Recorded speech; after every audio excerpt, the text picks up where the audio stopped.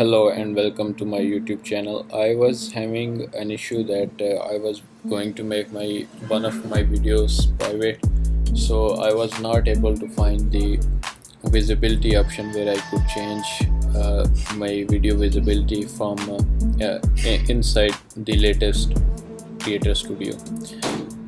As you might know that we cannot access the YouTube Classic Studio now, so here I found couple of options to change your video visibility from public to private or unlisted, so or whichever way you want to change.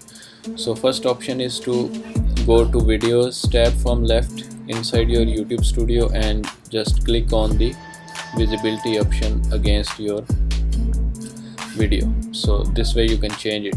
The other option is you just hover over to the thumbnail of the video and click that, and on the right hand side you have the visibility option. You can change it from here. So that's it for this video. I just wanted to quickly let you know how you can change it. So thanks for watching the video. If you liked it, please do subscribe.